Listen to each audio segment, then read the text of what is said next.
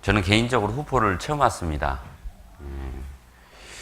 그러다 보니까 더 반갑네요.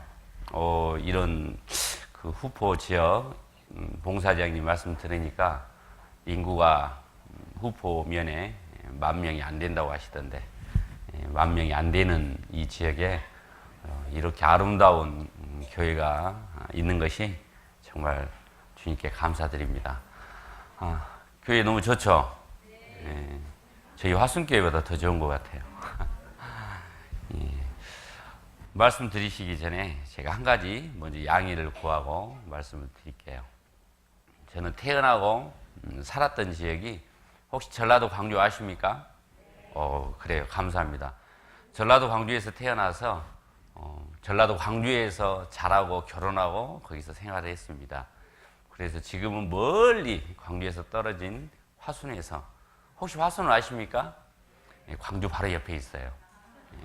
10분 거리입니다. 그곳에서 지금 신앙생활 하고 있습니다. 그러니까 전라도 광주 인근을 떠난 적이 없어요. 그래서 제가 광주 본택이 아주 그냥 본토 발음으로 사투리가 아주 거창하게 잘 나옵니다. 제가 전도인이 됐는데 저희 그때 당시 담임 목사님이 하시는 말씀이 김 전사님은 그 사투리를 고쳐야 된다라고. 제가 사용하는 언어의 약 70%는 사투리가 나오는데 그 사투리를 고치지 못하면 힘들다고. 말씀을 전라도에서만 전할 것이 아니지 않느냐고. 서울도 가야 되고 경상도도 가야 되는데 잘 아는 것처럼 수도권이나 경상도 가면 전라도 사투리 싫어한다. 고쳐라. 좀 고치고 있습니다.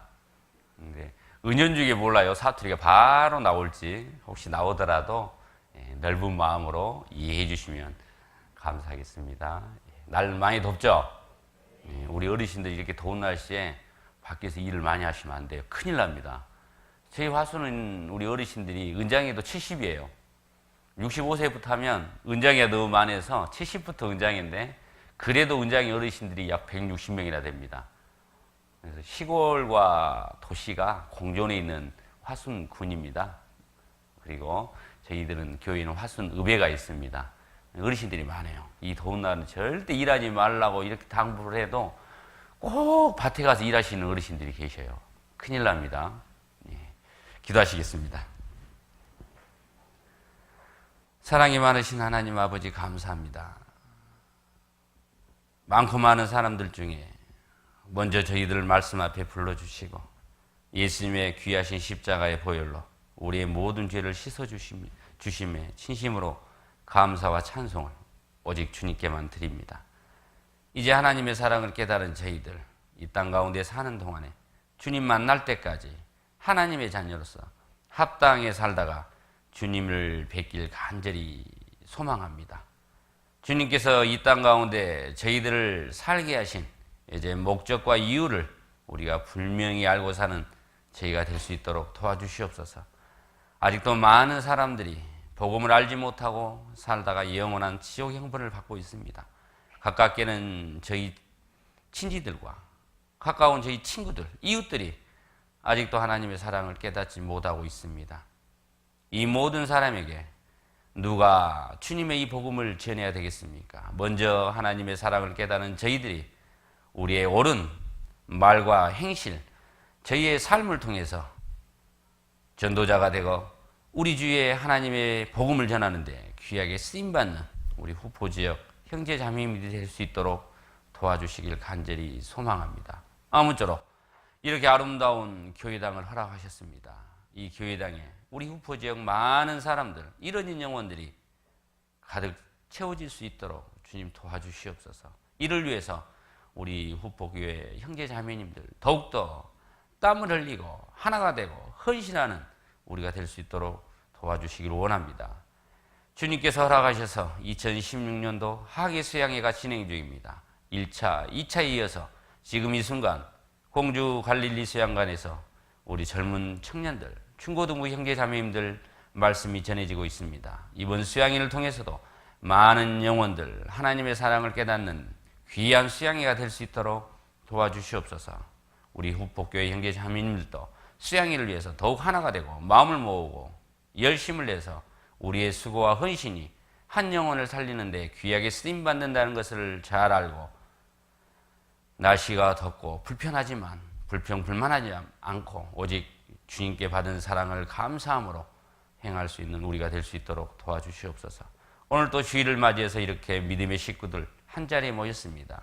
주님께서 말씀으로 합당한 은혜를 내려주시고 또 말씀으로 내 자신을 돌아보는 시간이 될 수 있도록 도와주시옵소서. 혹 우리 중에 육신의 병 때문에 이 자리에 함께하지 못한 형제 자매님들 하나님의 그 능력의 손으로 함께 하셔서 하루속히 육신의 건강 회복할 수 있도록 도와주시옵소서. 또한 마음의 병이 있어서 함께하지 못한 형제 자매가 있다고 하면 주님께서 그 마음을 어루만져 주셔서 하루빨리 신앙을 회복하고 같이 주님의 사랑 가운데서 교제할 수 있도록 도와주시길 원합니다.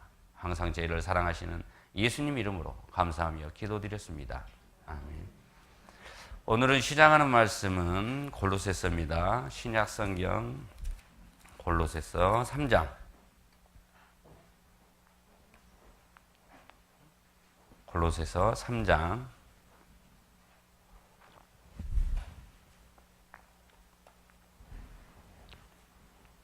15절부터 17절까지 읽어드리겠습니다.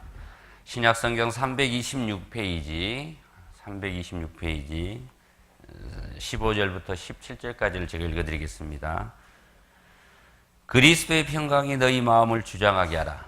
평강을 위하여 너희가 한 몸으로 부르심을 받았나니 또한 너희는 감사하는 자가 되라. 그리스도의 말씀이 너희 속에 풍성히 거하여 모든 지혜로 피차 가르치며 권면하며 시와 찬미와 신령한 노래를 부르며 마음에 감사함으로 하나님을 찬양하고 또 무엇을 하든지 말에나 일에나 다 주 예수의 이름을 하고 그를 힘입어 하나님 아버지께 감사하라. 다시 한번 인사드리겠습니다. 안녕하십니까? 멀리 화순에서 왔습니다. 화순교회를 잠깐 소개해드리면 저희 광주에 가장 가깝게 있는 지역입니다. 광주 옆에 있는 화순군입니다. 화순군 전체 인구는 약 6만 5천 명입니다. 그리고 화순읍 인구는 4만 명입니다. 그러니까 군치고는 요즘 추세로 보면 적은 군은 아닙니다. 요즘은 2만대, 3만대 되는 군이 많은데 저희 화순은 광주에 가장 가깝게 있는 군이다 보니까 약 6만 5천 명, 그리고 읍 인구만 해서 약 4만 명입니다. 그리고 송도 수는 우리 교회학교 학생들을 다 포함해서 올해 2016년도 시작할 때 송도 수첩상에 약 765명 정도 시작했습니다. 그리고 상반기를 결산하는 6월 30일 현재 약 796명이 지금 교제하고 있습니다. 그러니까 군에 있는 교회치고는 상당히 큰 교회입니다. 상당히 큰 교회가 아니라 인구 대비로 따지면 아마 전국에서 첫 번째 노학교회가 섬에 인구가 5천인데 약 70명 내지 80명이 교제하고 계시니까 인구 대비로 보면 노학교회하고 우리 화순교회가 아마 제일 많지 않은가 생각됩니다. 그런데 그 이면을 들여다보면 화순교회는 광주교회에서 독립한 지 약 17년 됐습니다. 17년 됐는데 처음에 독립할 때 약 33명이 한 구역으로 독립을 했는데 17년 만에 지금 약 800명에 가까운 그런 형제자매님들이 교제를 하고 계십니다. 가만히 있으니까 그렇게 성도 수가 늘어나고 전도가 되는 건 아니고 화순교회 형제자매님들 이렇게 내면을 보면 복음에 대한 전도에 대한 열정들이 대단하십니다. 그래서 신방을 가다 보면 구원간증을 한번 해주십시오라고 물어보면 공통적으로 나오시는 이름이 나오는 분들이 몇 분 계셔요.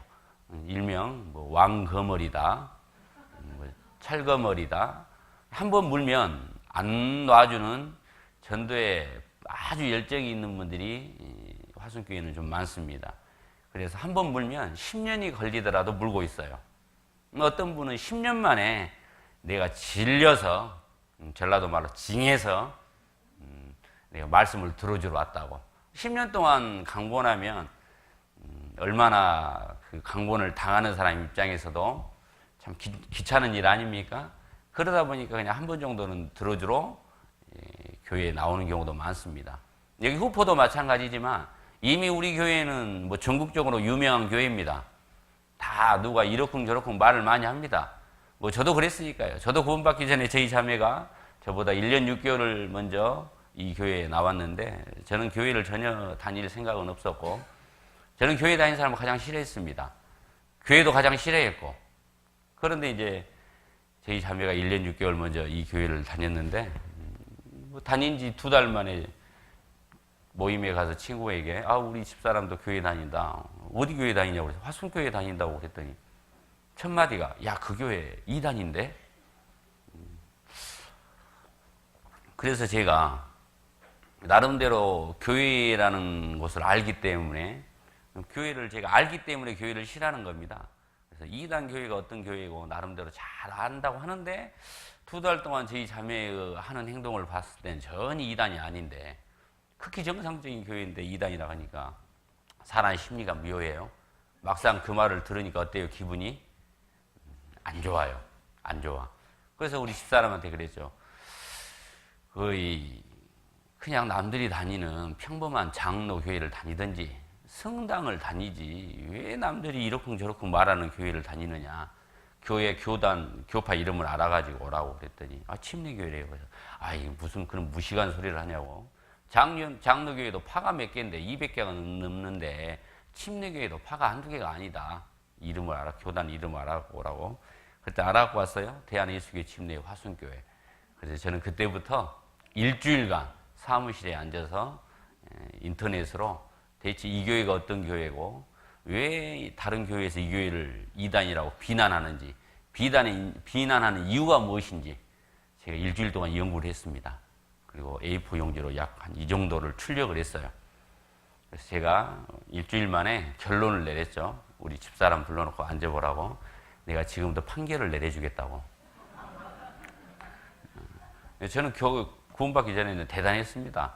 우리 애들이 저보고 사이비 교주라고 할 정도로 하나님이 계신 것을 믿어지니까. 그런데 왜 하나님한테 가는데 어떤 데는 부처를 통해서 가라고, 어떤 데는 예수님을 통해서 가라고, 어떤 데는 마호메드를 통해서 가라고. 그럴 바에야 나를 통해서 가면 될 거 아니냐.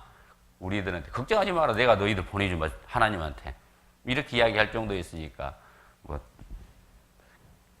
더 이상 할 말이 없죠. 제가 결론을 내려줬어요. 딱 일주일 만에. 내가 조사해보니까 자네 교회는 극히 정상적이래. 이단이 아니야. 열심히 다녀. 사실 교회를 다니려면 자네들 같이 다녀야겠대. 그런데 왜 다른 사람들이 자네 교회를 비난하는가 이유를 봤더니 쉽게 말하면 배 아파서. 그러니까 나만 가자 하지 말고 열심히 다녀. 저는 그렇게 결론을 내려줬어요. 그런데 1년 6개월 만에 제가 이 말씀 앞에 나왔는데 여러분도 아시잖아요. 저희 자매가 저를 1년 6개월 동안 어떤 마음으로 쳐다봤는지. 분명히 혼자만 다니기로 하고 약속을 하고 내가 결론을 내려줬는데 1년 6개월 동안 가만히 놔주질 않는 거예요. 그래서 1년 6개월 만에 제가 좋다. 남자가 비겁하게 이리 피하고 저리 피하고 할 필요 없이 나도 내 나름대로 성경을 알고 있으니까 저는 교회를 싫어하고 교회 다니는 사람 싫어하고 성경을 싫어했기 때문에 이기려면 적을 알아야 되잖아요. 저는 내 나름대로 성경을 봤습니다. 나도 알 만큼 알고 그러니까 딱 한 번만 일주일을 들어줄 테니까 다시는 교회에 가자는 말 않기로 약속을 탁 하고 제가 딱 1년 6개월 만에 한 번 들어줬습니다. 결론은 어떻게 됐을 것 같아요? 결론은 이렇게 됐어요. 이렇게. 결론이 이렇게 됐습니다. 딱 들어보니까요. 제가 생각했던 하나님이 진짜로 계시더라고요. 그 하나님이 누구였냐? 저는 어렸을 때부터 저희 어머니가 항상 이렇게 빌었어요. 정한수도 놓고. 그래서 누군가는 계시겠다라고 생각을 했는데 막연하게 누군가는 계시겠다. 그분을 언젠가는 내가 만나야겠다. 그러면 그분을 만났을 때 나 정도면 인생을 잘 살아지지 않느냐라는 생각을 가지고 이 세상에서 나같이만 살면 그분을 만나면 그분이 좋은 데 보내주지라는 생각을 확실히 하고 살았던 터라 제가 이 말씀을 딱 듣고 한 번 듣고 저는 바로 무릎을 꿇었어요. 내가 생각했던 하나님이 창조주 하나님이더라고요. 진짜 우주 만물을 창조하신 하나님. 그리고 그 살아계신 하나님 앞에 내 자신이 어떤 처지에 있다는 건 제가 스스로 생각할 때는 나도 그래도 괜찮은 사람이다. 남한테 좋은 소리 듣고 괜찮은 사람이다라고 듣고 실제로 그렇게 살아왔는데 하나님은 그런 시각을 안 보시더라 이거예요. 이 성경을 보니까 성경은 무슨 내용입니까? 쉽게 말하면 살아계신 하나님 앞에 네 자신을 알라예요. 네 자신을 알라. 네가 얼마나 잘나고 똑똑하고 얼마나 의롭게 살았는지 하나님 앞에 얼마나 죄인인지를 알라고 주신 거잖아요. 내 자신을 비춰보니까 제가 한량없는 죄인이더라 이거예요. 그리고 죄를 어떻게 해요? 해결하지 못하면 영원한 지옥에 가는데 그때 그토록 내 눈으로 많이 봐왔던 십자가가 보이더라 이겁니다. 그래서 그때 1년 6개월 만에 제가 구원받고 지금 이렇게 돼 있습니다. 여러분들도 알아요. 우리 주위에서 후포 주위에서 우리 교회에 대해서 후포 교회에 대해서 이러쿵저러쿵 뭐 어떤 말을 하는지 다 알고 있습니다. 예수님을 죽인 사람이 누굽니까? 하나님을 열심히 믿었던 사람들이 죽였습니다. 예수님의 제자를 죽이는 사람들의 대부분이 누가 죽였습니까? 하나님을 열심히 믿는 사람들이 죽였습니다. 이 시대도 동일합니다. 누가 우리를 핍박합니까? 차라리 교회를 다니지 않고 하나님을 알지 못하는 사람들은 우리에 대해서 이러쿵저러쿵 평가하지 않습니다. 우리의 삶의 모습을 보고 우리의 살아가는 모습을 보고 우리를 평가합니다. 그 후포에 누구 무슨 댁 그 사람 괜찮은데 참 좋은 사람이요. 그런 말을 일반 사람들은 합니다. 하지만 하나님을 믿는다는 사람들은 우리를 어떻게 평가하죠? 우리나라 사람들은 정말 하나님을 믿는다는 사람들이 근본이 좀 잘못된 것 같아요.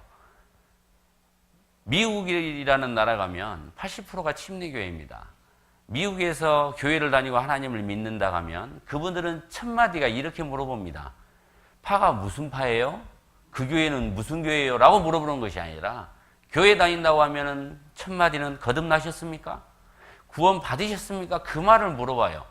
교회를 다니고 안 다니고가 중요한 것이 아니라 교회를 장로교회를 다니네, 뭐 침례교회를 다니네, 감리교회를 다니네 그게 중요한 것이 아니라 우리가 교회를 다니는 목적이 무엇입니까? 구원받고 영생을 얻고 천국을 가려고 하는 것이 그 목적 아닙니까? 그러니까 당연히 내가 교회에 다니는 것은 거듭나기 위해서 다니는 겁니다. 거듭나고 또한 하나님 앞에 갈 때까지 거듭난 그리스도인을 구원받은 그리스도인들 이 악한 세상에서 하나님께서 고아와 같이 버려두지 않고 지켜주시잖아요. 이 말씀 가운데 나올 때 하나님께서 말씀으로 나를 지켜주시고 위로해 주시고 나에게 힘과 용기를 주시기 때문에 우리가 신앙생활을 하는 겁니다. 그런데 우리나라 사람들은 교회 다닌다고 하면 첫 마디가 여러분들도 많이 겪으셨잖아요. 어디 교회? 그가 무슨 파요? 장로교회요? 감리교회? 침례교회요? 거기 아닌데. 거기 아닌데. 여기 와서 말씀을 들어본 사람은요, 이제 우리 교회가 이러쿵저러쿵 사실 말은 별로 안 씁니다. 구원을 못 받아도 그런 말은 안 씁니다. 그런데 우리 교회 와서 말씀을 들어보지도 않은 사람들이 무작정 다른 사람이 전해드린 이야기만 듣고 이러쿵저러쿵 이야기를 많이 합니다. 우리가 그런 이야기에 신경을 쓰면 언제 우리가 이 교회당을 가득 채우겠습니까?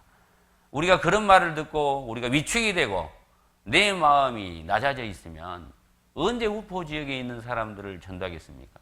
어차피 우리는 이래도 욕 얻어먹고 저래도 욕 얻어먹게 돼 있습니다. 그런데 내가 하나님 앞에 갈 날이 언제인지 어떻게 합니까?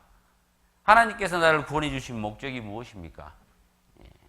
내가 살아있을 동안에 하나님 만나기 전까지 내가 받은 이 사랑, 내가 받은 이 복음을 내 주위에 있는 사람들에게 전해야 되지 않겠습니까? 복음은 세상 지혜로는 깨달을 수 없다라고 사도 바울은 이야기하고 계십니다.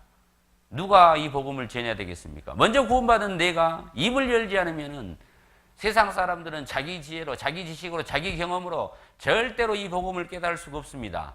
내 주위에 있는 가까운 친척들, 내 친구들, 내 사랑하는 가족들, 지인들을 누가 전도하겠습니까? 내가 입을 열지 않으면 그 누구도 내 주위에 있는 사람들에게 복음을 전하지 않습니다.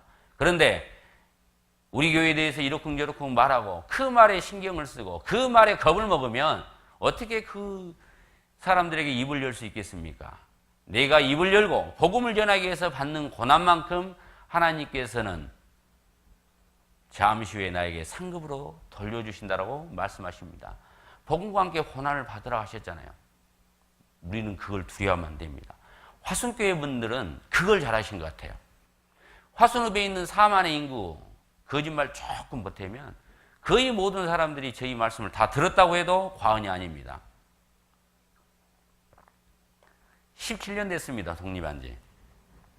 올해도 상반기를 조사해 봤더니 교회당에 와서 하루라도 가정이 됐든 교회당이 됐든 DVD가 됐든 라이브로 하는 성경 강의가 됐든 하루라도 말씀을 들으신 분이 무려 395명이나 됐습니다. 395명.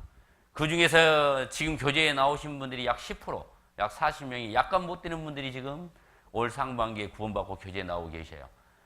그러면 올 6개월 동안 말씀을 한 번이나 들었던 분이 395명이면 17년 동안은 많은 사람들이 말씀을 들었을 겁니다.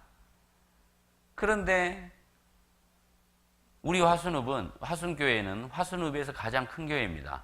가장 큰 교회, 저희하고 크기가 비슷한 교회 하나가 장로교회가 있는데 거기 담임 목사님은 대놓고 성도들에게 이야기합니다. 우리 교회에 대해서 비난을 합니다. 그런데 그 말에 우리가 위축이 된다 하면 절대로 지금과 같은 전도의 열매를 맺지 못했을 겁니다. 그걸 두려워하지 않습니다. 왜? 내가 받은 구원이, 내가 깨달은 구원이 확실하고 성경적으로 틀리지 않으면 뭐가 두렵습니까? 하나님이 나와 함께 하는데 구원받지 못한 그리스도인들은 결코 하나님의 아버지가 될 수가 없습니다. 아무리 교회당을 왔다 갔다 하고 수십 년 모태신앙을 가지고 있어도 그분이 구원받지 못한 그리스도인이라고 하면 하나님과는 아무 관계가 없는 사람입니다. 하나님이 그 사람을 지켜주시겠습니까? 안 지켜줍니다. 하지만 성경적으로 확실히 구원받은 그리스도인들은 두려워 말라라고 말씀하고 계십니다. 하나님이 세상 끝날까지 나와 함께 하십니다. 지켜주십니다. 겁먹으시면 안 돼요. 이제 교회당, 훌륭한 교회당이 지어졌습니다. 이 교회당을 채워야 되잖아요. 채워야 되죠. 지나가는 사거리 가서 무작위로 데리고 오시면 됩니다. 사실 교회당이 변변치 못했을 때는 사실 데려오기도 새로운 분 모시고 오는 것도 좀 꺼려집니다. 요즘 사람들은 외모를 봐요. 외모를 봤는데 탁 왔더니 교회가 어디 산 꼴짝이에 있다든가 그냥 어디 허름한 건물에 있으면 첫 인상이 중요하잖아요. 처음부터 마음문을 안 여는 경우가 있어요. 닫아버리는 경우가 있어요. 아하, 소문대로 이 교회는 이상하다던데 와서 보니까 교회당도 이상하구나. 왜 교회당이 산골짜기 이런 데 있지? 이상해. 사실 전에는 우리가 그런 마음도 있었습니다. 그런데 이제 우리는 이런 훌륭한 교회당을 지었습니다. 남한테 자랑하고 싶지 않습니까? 네 주위에 있는 사람에게 자랑해보고 싶지 않아요? 후포 이렇게 식사하는 중에 지나가면서 보니까 교회가 많더라고요. 제가 보니까 어젯밤부터 오늘까지 제가 후포에 있는 교회, 제 눈으로 본 교회 중에서 우리 교회당이 가장 아름다운 것 같아요. 겉모습도 아름답지만 안에 들어오면 더 깜짝 놀랄 것 같아요. 제일 아름답고 이쁜 교회인 것 같습니다. 더군다나 하나님 또 함께 하시잖아요. 이 교회를 자랑하고 싶지 않으세요? 자랑하셔야죠. 와보라! 한번 구경 오자고. 어젯밤에도 저녁 먹고 들어오니까 한 형제님이 또 한 분을 모시고 왔더라고. 처음 모시고 왔다고 그런 것 같더라고요. 구경시켜 주세요.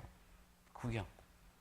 그러면 멀지 않아 정말 이 교회당에 새로운 영혼들로 가득 찰 겁니다. 모르죠. 또 증축한다고 할지도 모르죠. 아니죠. 더 크게 지으려고 하는지도 모르죠. 화순교회 분들이 얼마나 통이 크냐면요. 지금 교회당이 800석입니다. 800석인데 증축할 수 있도록 지어놨어요. 증축을 하면 1000석입니다. 그런데 1000석을 몇 사람이 지었냐? 성도수 300일 때 그렇게 크게 지은 거예요. 300일 때. 30명이 자립을 했는데, 이 1년 사이에, 1년마다 이게 2배로 느니까 이사 다니는 것이 너무 서러워서 300명이 공장 건물을 사가지고 거기서 생활하다가 여기서 교회당을 짓자라고 마음을 모으고 지금 교회당을 지은 겁니다. 300명이, 1000명이 들어가도록 지어놓은 거예요. 이게 그분들은 대단한 처음 시작부터 포부를 가지고 있었죠. 그리고 교회당 아름답게 지어놓고 그냥 누구든지 와보라! 막 데리고 오는 겁니다. 교회당이 정신이 없어요. 날이면 날마다 그냥 상담실에서는 비디오가 막 돌아갑니다. 그 정도로 우리가 가지고 있는 복음이 귀하고 너무 큰 거기 때문에 전하고 싶은 마음이 있는 겁니다. 이제 아마 교회당 지은 한 2년 되셨다 그러대요. 5년 안에 부족할 것 같네요. 보니까 160석이라 한 것 같은데 충분히 늘릴 수 있는 자리는 있네요. 조만간에 200석으로 아마 의자를 더 구입해야 되지 않을까. 이를 위해서 우리 형제자매님들이 헌신하고 노력하고 땀을 흘리면 충분히 가능하다고 생각합니다. 이 모든 것이 하나님께서 우리에게 주신 은혜 때문에 그렇습니다. 우리는 이 땅에 어떤 마음으로 살아야 되느냐? 제가 시작할 때 본문 말씀을 읽어드렸던 감사. 지금 15절, 16절, 17절에 공통적으로 나오고 있는 말씀이 15절에 감사하는 자가 되라. 16절에 마음에 감사함으로 하나님을 찬양하고 17절에 하나님 아버지께 감사라. 감사라. 그래서 오늘 주제는 제가 감사하는 자녀에 대해서 교제를 해보고자 합니다. 감사하라. 구원받은 그리스도인이 이 땅 가운데 사는데 감사하는 마음이 없으면 참 슬픈, 정말 하나님 보시기에 하나님을 기쁘시게 하는 그런 삶을 살지 못할 것 같습니다. 세상 가운데도 감사하는 마음을 가지고 사는 것이 얼마나 중요합니까? 내가 어떤 마음으로 이 세상을 사느냐? 지금 이 세상은 하나님께서 말씀하신 대로 갈수록 악해져 가고 있습니다. 사람들의 마음에 감사하는 마음이 갈수록 사라지고 있습니다. 그래서 세상에서는 사람들의 마음에 감사하는 마음을 불러일으키자라고 많은 운동을 하고 있습니다. 하지만 우리는 그런 운동을 하지 않아도 우리는 얼마든지 감사하는 마음을 가지고 살 수가 있습니다. 감사는 무엇입니까? 감사라는 사진적 의미는 느끼는 것을 살해한다는 뜻이에요. 무언가 받은 것이 있기 때문에 받은 것을 표현하는 것이 감사합니다. 우리는 무엇을 받았습니까? 우리는 어떤 것을 받았죠? 이 세상에서는 그 어떤 것도 이 세상에 있는 것하고는 비교할 수 없는 우리는 엄청난 것을 받았습니다. 감사라는 것은 받은 만큼 하는 겁니다. 이 세상 사람들은 육신적으로 내가 어떤 이득을 얻었다, 육신적으로 어떤 득을 얻었다, 육신적으로 어떤 내가 기대했던 것 이상의 것이 들어왔다, 변화가 됐다 하면은 감사하다고 합니다. 하지만 구원받은 그리스도인들은 이 세상 구원받지 못한 사람들이 생각하는 그런 감사하고는 차원이 다른 겁니다.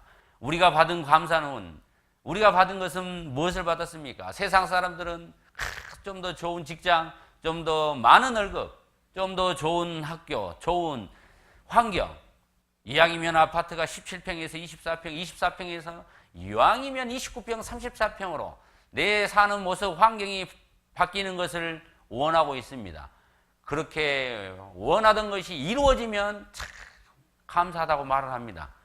눈에 보이는 것이 채워지면 세상 사람들은 감사하다고, 정말 감사하다고 이야기를 합니다. 그런데 구원받은 그리스도인들이 하나님께서 감사하는 자, 데살로니가전서 5장 18절에 보면 범사에 감사라고 하나님은 말씀하십니다. 항상 기뻐하라, 쉬지 말고 기도하라, 범사에 감사하라. 이게 하나님의 뜻이라고 말씀하십니다. 이 세상 사람들을 향해서 하나님이 원하시는 가장 큰 뜻은 무엇입니까? 하나님의 사랑을 깨닫는 겁니다. 지금 70억이 넘는 많은 사람들, 전 세계 인류를 향해서 하나님께서 가장 바라시는 것은 구원받는 겁니다. 하나님의 사랑을 깨닫는 것, 그게 하나님의 뜻입니다. 하나님은 모든 사람이 구원받기를 지금도 원하십니다. 여기 앉아 계신 우리는 그 하나님의 부르심에 다 응답을 하고 지금 여기 앉아 계십니다. 그러면 여기 앉아 있는 우리에게 하나님이 바라시고 계신 뜻은 무엇일까요?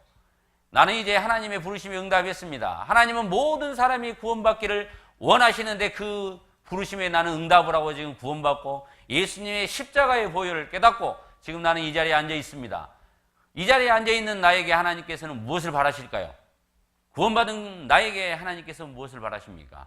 하나님의 뜻은 내가 이제 항상 기쁨 가운데 사는 것, 쉬지 않고 하나님께 간구하는 것, 그리고 범사에 감사하는 마음을 가지고 사는 것을 하나님은 너무나 원하고 계십니다. 구원받은 그리스도인들은 내가 받은 구원이 이 세상에 있는 겁니까? 내가 받은 구원이 얼마나 크고 놀라운 것입니까? 이같이 큰 구원을 받았으니 내가 받은 구원은 이 세상 그 어떤 거하고 바꿀 수도 없는 겁니다. 아마 이 세상 천지에 하나님께서 나에게 주신, 예수님께서 자기 몸을 십자가에 바치셔서 나에게 주신 이 구원은 이 세상 그 어떤 것으로도 바꿀 수도 없고 그 누구도 나에게 줄 수 없는 엄청나게 큰 것입니다. 그 큰 구원을 받았습니다. 그러면 우리는 어떠한 마음을 가지고 사는 게 마땅합니까? 감사하는 마음을 가지고 사는 게 마땅하죠. 이것보다 더 많은 걸 받을 수는 없어요. 이것보다 더 큰 것을 받을 수는 없습니다. 그러니까 하나님께서는 하지 못하는 것을 우리에게 하라고 하신 분이 아닙니다. 우리가 하지도 못하는데 항상 기뻐하라. 기뻐할 일이 있어야 기뻐하죠. 아닙니다. 사도 바울은 감옥 안에 있으면서도 항상 기뻐하라고 말씀하셨습니다. 이 골로새서 말씀도 지금 사도 바울이 옥중에서 쓴 서신서입니다. 감옥에 매여 있지만 사도 바울 안에는 항상 기쁨이 있었습니다. 왜요?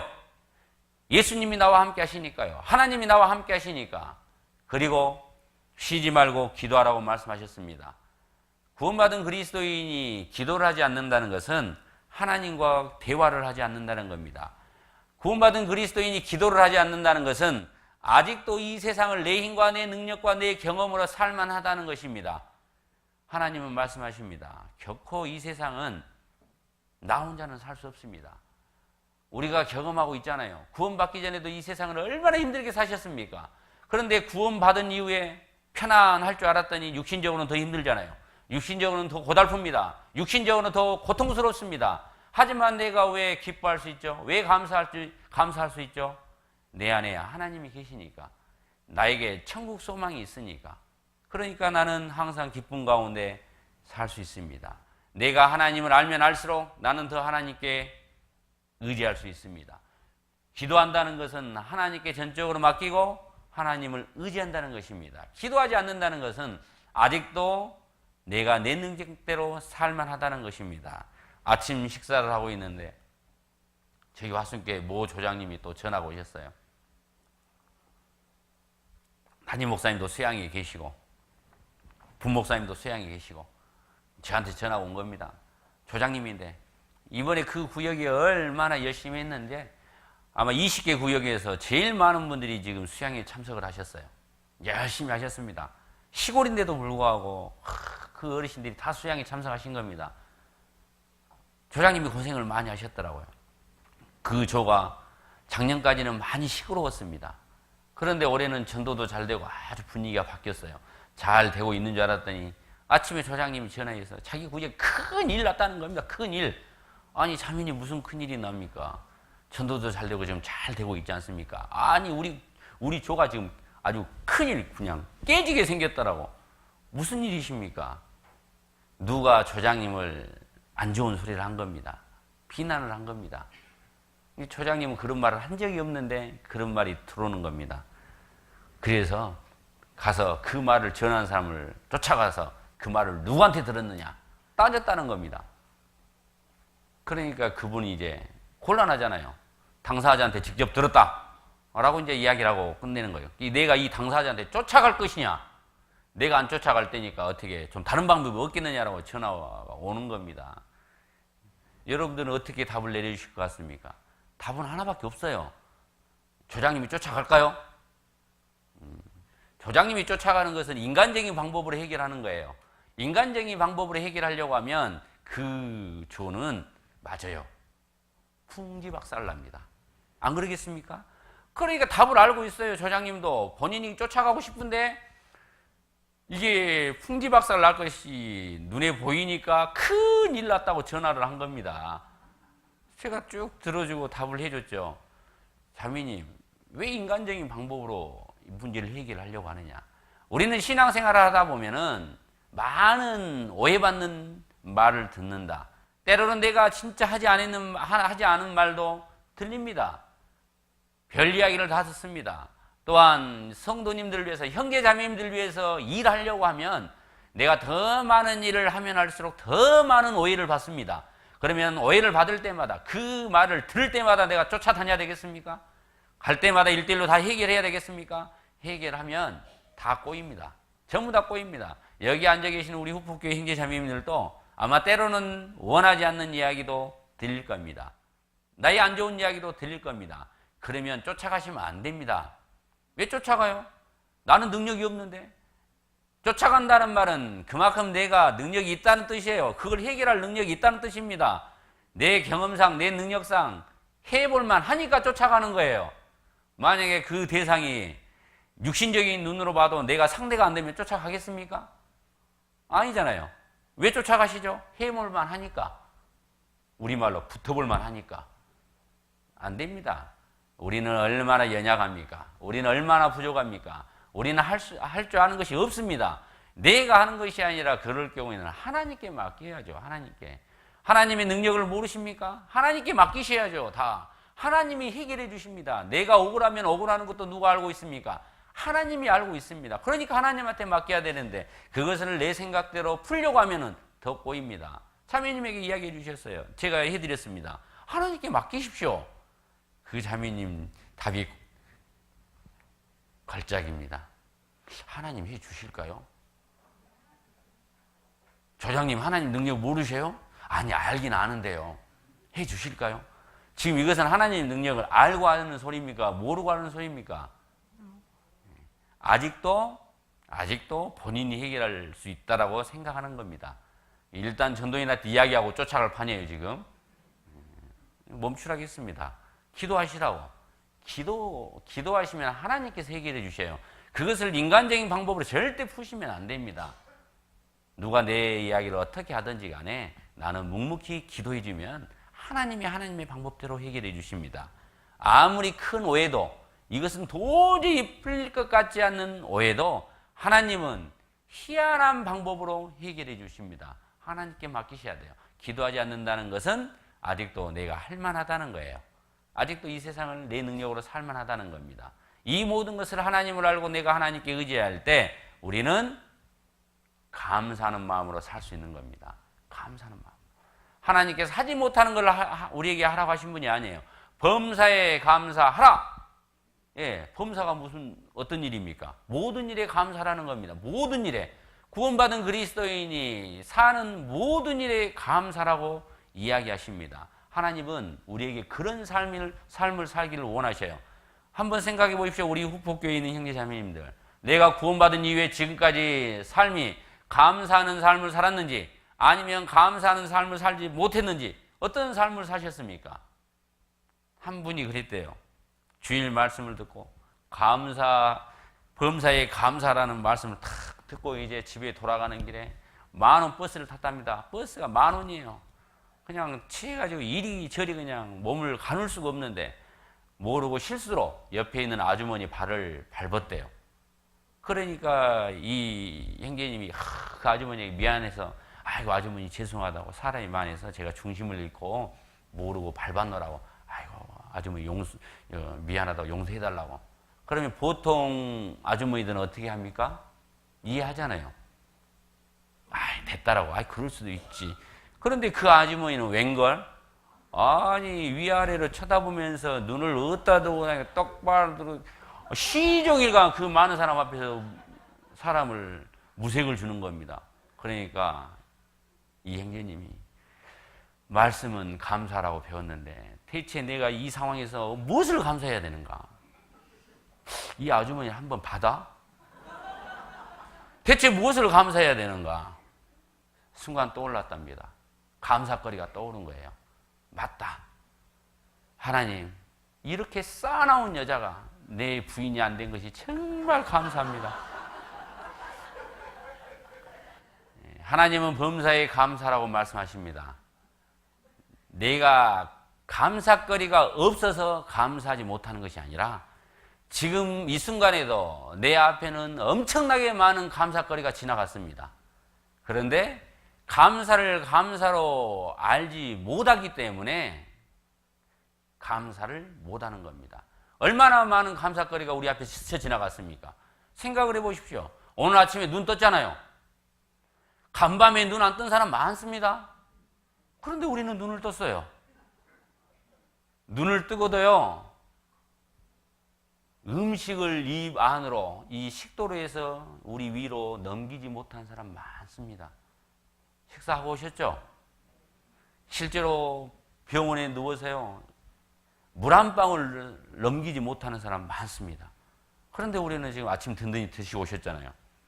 그리고 우리는 허리가 아프고 무릎이 좀 불편해서 절기는 했지만 그래도 교회당에 지금 오셔서 앉아 계시잖아요.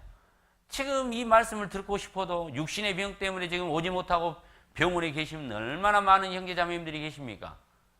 감사할 일 아닙니까? 지금 이 자리에 앉아있는 내가 지금 감사할 일입니다. 지금 여기 앉아있는 것만으로도 감사하는 거예요. 더 이상 뭘 바라십니까? 하루에도 얼마나 많은 사건 사고가 일어납니까? 약 3주 전에 영동 고속도로 안 보셨습니까? 세상에나 고속버스 기사가 졸음운전으로 앞에 있는 차들을 미신 거 보셨죠? 그 바로 앞 차가 어떤 차였습니까? 누가 타 있던가요? 20대 초반에 여자 4분이 타고 있었어요. 아마 강원도에 가서 신나게 재밌게 놀고 왔을 겁니다. 오는 차 안에서도 얼마나 많은 수다를 떨고 왔을지 몰라요. 즐거웠지, 이거 재밌었지, 우리 내년에 또 오자 라고 아마 이야기하고 그렇게 왔을지 모릅니다. 그런데 그 4분 어떻게 됐습니까? 비명 한번 지를 시간 없이 하나님 앞에 갔습니다. 우리는 내 한 치 앞도 우리는 알지 못합니다. 지금 내가 이 자리에 앉아있는 것도 얼마나 감사할 일입니다. 하나님께서 나에게 지금 하라고 맡겨주신 일이 있기 때문에 지금 이 자리에 제가 앉아있는 겁니다. 이거 하나만으로도 우리는 감사할 것이 넘칩니다. 감사할 것이 없어서 감사를 못한 것이 아니라 생각해 보십시오. 내 마음이 혹시 높아져 있지 않습니까? 내 기준이 너무 높아 있지 않습니까? 하나님은 범사에 감사라고 말하고 있습니다. 성경 곳곳에 구원받은 그리스도인의 마땅한 삶은 감사하는 삶이 맞다라고 말씀하십니다. 지금 골로새서 표지에 있으니까 잠깐 앞으로 넘기면 2장 6절입니다. 2장 6절.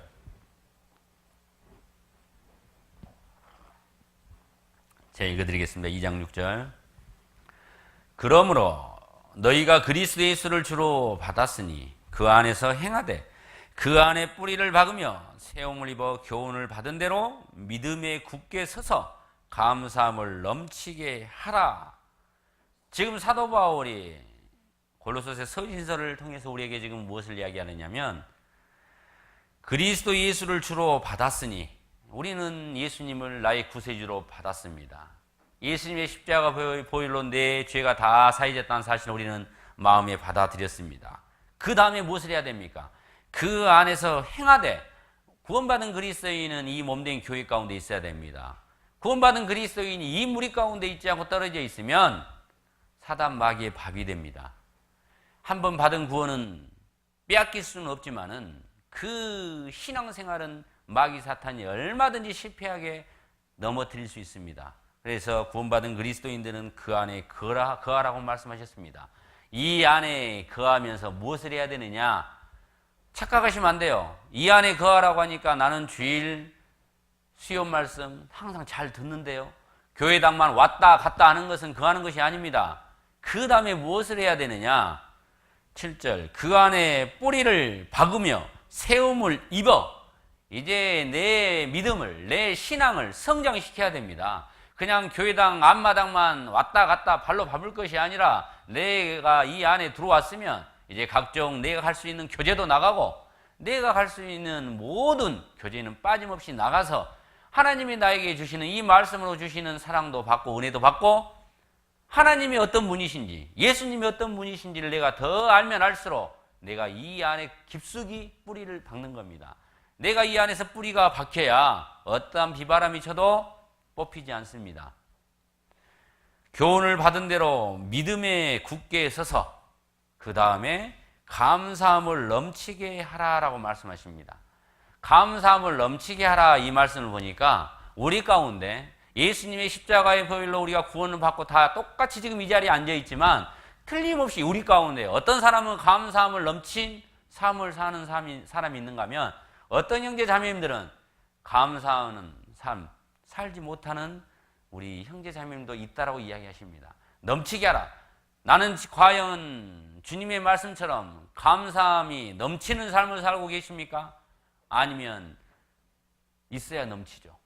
혹시 감사가 바닥나 있지 않습니까? 우리는 주님이 나에게 바라시는 대로 감사함이 넘치는 삶을 살기를 원하십니다. 우리는 왜 감사해야 됩니까?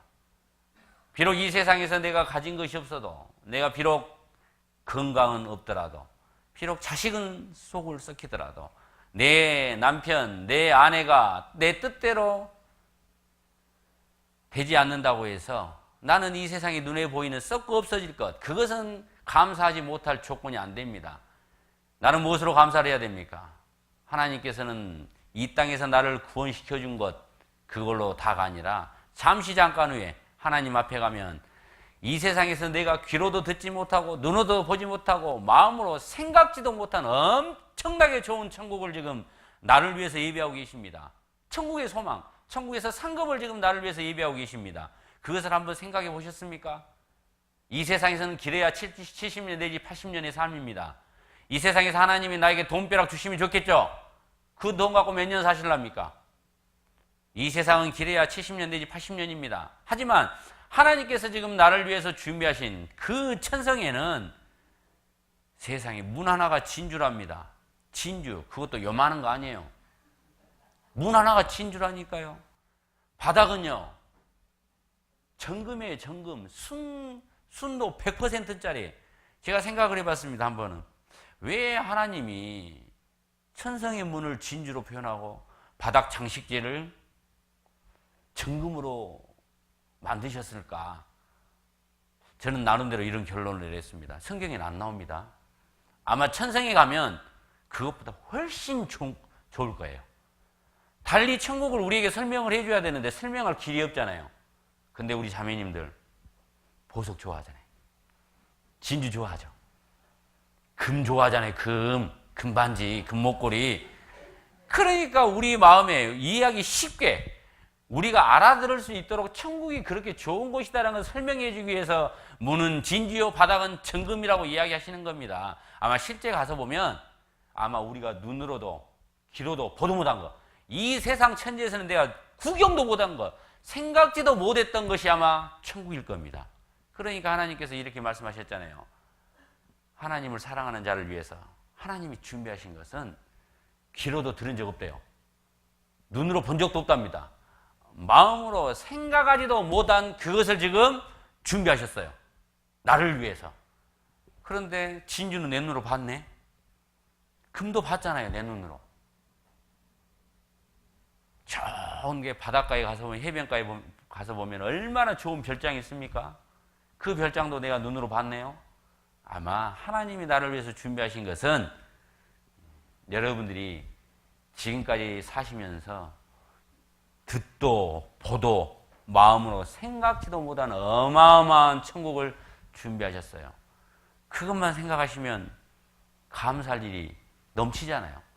그것만 생각하면 하나님께 정말 얼마나 우리가 감사하는 삶을 사셔야 돼요. 그 옆에 보면 11장 9절을 읽어드리겠습니다.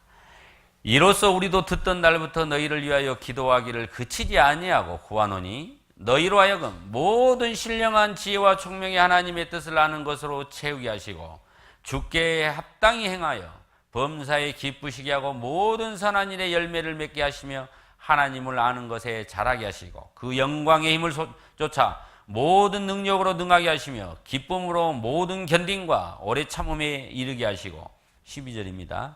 우리로 하여금 빛 가운데서 성도의 기업의 부분을 얻기에 합당하게 하신 아버지께 감사하기를 원하노라. 하나님께서는 우리에게 지금 성도의 기업의 부분을 얻기에 합당하게 하신 천국에 나를 위해서 하나님께서 준비하신 기업이 있습니다. 이건 하나님이 나를 위해서 준비하셨어요. 그러니까 하나님께 감사하는 겁니다. 내가 비록 이 세상 가운데 눈에 보이는 이 육신을 가지고 사는 이 세상 가운데는 비록 내가 넓은 아파트, 남들처럼 좋은 집에서 살지는 못했더라도 하나님이 지금 나를 위해서 준비하셨다니까요. 내가 이 세상에 살면서는 정말 다른 집처럼 정말 다른 집 자식들은 왜 그렇게 잘났는지, 왜 우리 집 자식만 이렇게 속썩이고 말을 안 듣는지, 왜 내 남편만, 왜 내가 하는 일만 안 되는지 걱정하지 마십시오. 하나님께서 내 형편과 내 처지를 다 알고 내 믿음에 맞게 지금 모든 것을 다 허락해 놓으셨습니다. 잠시 후면 하나님이 나에게 엄청난 기업을 지금 허락해 주십니다. 그러니까 우리는 감사하죠. 아직도 감사할 거리가 없습니까? 아직도 그래도 나는 감사할 것이 없습니까? 하나님은 범사에 감사하라고 말씀하셨는데 감사할 것이 있어야 감사하지요. 이런 말이 아직도 나옵니까? 지금 앉아있는 게 감사할 일이라니까요. 지금 숨쉬고 사는 게 감사할 일이에요. 천국을 생각해 보십시오. 그게 감사할 일이에요. 이 세상 사람들은, 하나님의 사랑을 알지 못한 사람들은 이 세상에서 자기 잘난 맛에 살다가 언젠가는 하나님 앞에 가서 벼락 맞을 겁니다. 길어야 7, 80년밖에 살지 못합니다. 하나님은 우리에게 하나님의 사랑을 깨달았으면, 예수님의 십자가의 그 보혈의 의미를 깨달았으면, 내가 평생에 지었던 죄를 예수님의 그 십자가의 보혈로 구원을 받았으면 이제 우리는 천국에 넉넉히 들어갈 수 있는 우리는 믿음을 가진 겁니다. 천국의 소망을 가진 겁니다.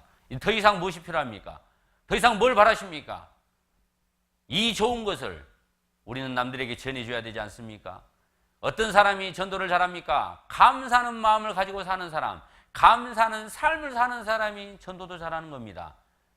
구원은 받았다가 하는데 아이고 내 모양이 왜 이 모양이 있고 그러니까, 아이고 저 남편 저 자식들 내 환경을 보면 한숨만 나오고, 그런 삶을 사는 사람이 어떻게 감사하는 삶을 살 수 있습니까? 그 사람은 절대 전도하지 못합니다.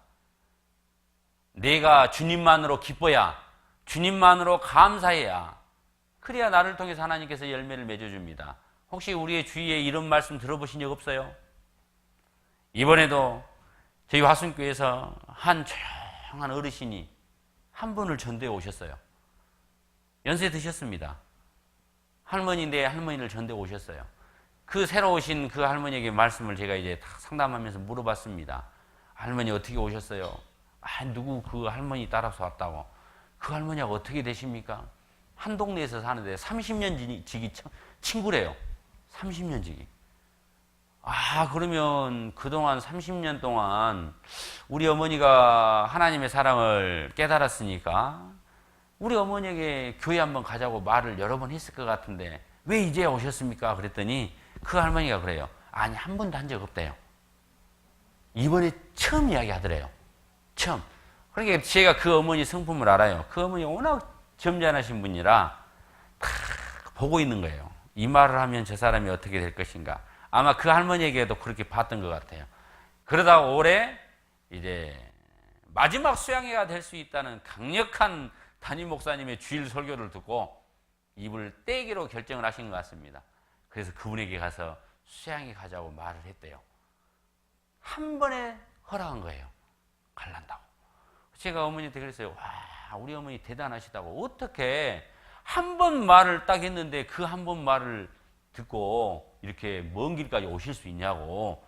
그랬더니 그 새로 오신 할머니의 말씀이, 내가 저 어머니를 알고 있다. 30년 지기 친구다. 저분이 말하면 틀림없이 틀린 것이 아닐 것이다. 나에게 나쁜 것을 권하는 분이 아니다. 나는 그분을 안다. 그러니까 내가 그분이 한 번 말했을 때 흔쾌히 승낙하고 왔다라고 이야기하더라고요. 저분은 참 항상 보면 점잖하고 정말 그분에게 그분에게 그분 말고 얼마나 많은 친구들이 있었겠습니까? 아마 주위에는 교회 다니는 사람도 많았을 겁니다. 그런데 새로 오신 그 할머니 눈에는 우리 자매님밖에 안 보였던 거예요. 왜?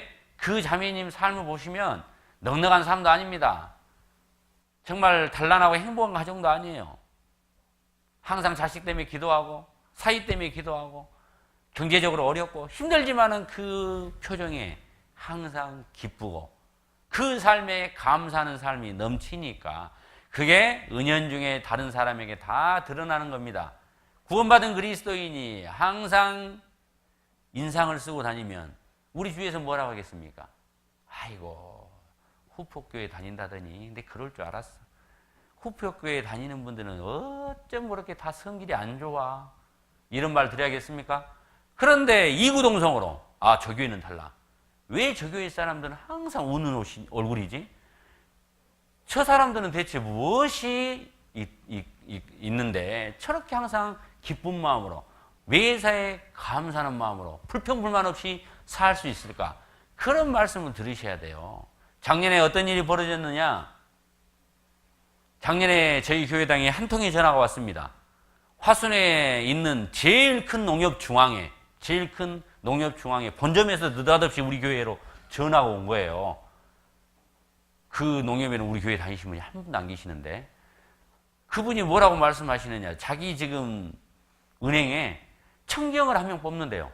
청경을 뽑는데 남자 말고 30대 주부로, 아줌마로 한 분이 필요한데 우리 교회 성도 중에 한 분을 소개시켜 달라고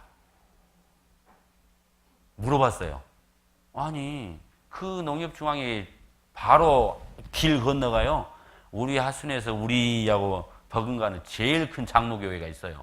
100년의 역사를 자랑한다는, 우리를 대놓고 비난하는 그 교회가 있는데 굳이 멀리 있는 우리 교회에 전화한 겁니다. 물어봤습니다. 어떻게 우리 교회를 전화하셨냐고. 누가 소개시켜준? 소개 안 시켜줬대요. 그냥 마음이 간 대로 전화한 거대요. 마음이 간 대로. 만약에 평상시에 우리 교회 사람들은 화순읍에서 성도 수가 약 800에 가까우니까 알만한 사람 다 압니다. 읍내에 한번 이렇게 지나가 보면 몇 분은 만나요. 그런데 우리의 말과 행실이 바르지 못하면 금방 소문납니다. 그런데 아직까지는 다행히 화순에서 저희 교회 다니신 분들의 인상이, 인품이, 성격이, 생활이 듣는 거하고 다르게 평이 좋습니다. 분명히 교회 목사님은 저 교회는 이상한 교회다고 이렇게 이야기하는데 그 교회 다니시는 분 면면을 보면 다르거든요. 실제로 85세 넘으신 할머니 한 분이 작년에 우리 교회당에 오신 적이 있어요. 말씀 들으러. 85세가 넘었는데 혼자 오셨어요. 그 할머니에게 물어봤더니 본인은 그 교회 다닌대요. 장로교회. 그런데 왜 우리 교회를 오셨냐고 그랬더니 하도 그 교회 목사님이 우리 교회 가지 말라고, 너무나 가지 말라고 해서 한번 와보고 싶더래요. 뭐 집사가 가서 안 오고 권사가 가서 안 오고 그 교회 막 갔다가만 안 오니까 목사님이 이제 열받아가지고 그냥 절대 가지 말라고, 큰일 난다고 하니까 그 할머니 생각에 목사님이 저렇게 가지 말라고 하는데 가만히 보니까 집사도 가더니 안 와, 권사도 가더니 안 와. 그래서 할머니 속으로 생각에 대체 저 교회에 뭐가 있을까 들어보고 싶더래요. 그래서 할머니가 교회에 오셨어요. 일주일 동안 말씀 들었습니다. 근데 구원을 못 받으셨어요. 그리고 지금 저희 교회 안 나오고 다시 그 교회 다니셔요. 말씀을 딱 들어보더니 다른 거 하나도, 틀린 거 하나도 없다고, 다 좋은 말씀 가르치고 있다고, 자기가 듣던 거하고 다르다고, 우리 교회 가면 못된 곳으로 알았는데 말씀도 정말 좋다고. 근데 인정줄에 얽매여서 못 나오게 다시 그 교회를 다니고 계셔요. 후포는 적은 지역이잖아요. 인구도 적습니다. 우리 후포에 8,000명의 사람들이요, 누굴 보고 계신지 아세요? 여러분들 다 보고 있어요. 왜 여러분들을 보고 있느냐? 들은 것이 있거든요. 들은 것이 있어요. 이 교회에 대해서 들은 것이 있어요. 그러면 뭘 볼까요? 왜 볼 것 같아요? 우리말로 꼬투리 잡으려고, 비난거리를 잡으려고 보고 있는 거예요. 듣긴 들었는데 본 적이 없잖아요. 들었는데 봤어요. 식당에서 대판 싸움한 걸 봤다. 후포교회 다니네. 그렇지. 세상에 교회 다니신다는 분이 저렇게 주인 아줌마한테 손가락질하고 삿대질하고 쌍스러운 욕하면서 막 싸움을 하고, 그럴 줄 알았다. 안 됩니다. 절대는 안 돼요. 우리의 삶을 보고 있어요. 내가 정말 구원받은 그리스도인, 하나님의 사랑을 깨달았다 하면 누가 하지 말라 해도 내 삶 자체는 감사가 넘쳐야 됩니다. 감사가 넘쳐야 돼요. 그런 삶을 살지 못하면 우리 주위에 있는 사람도 우리를 비난하기 딱 좋습니다. 하나님은 범사에 감사라고 말씀하셔요.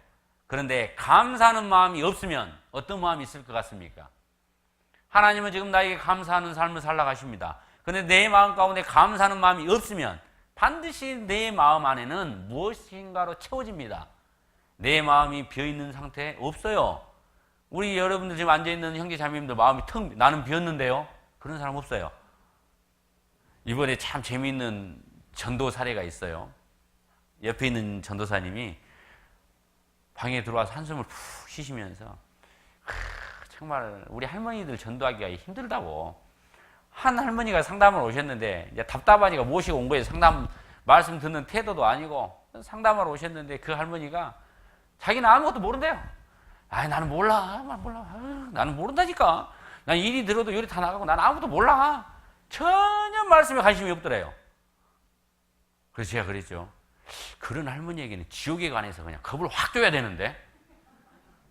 겁도 줬대요. 지옥에 대해서 겁도 줬대요. 그런데 관심이 없대요. 지옥에 대해서 뭐 하나님도 안 믿는데 지옥을 믿겠습니까? 관심이 없더래요.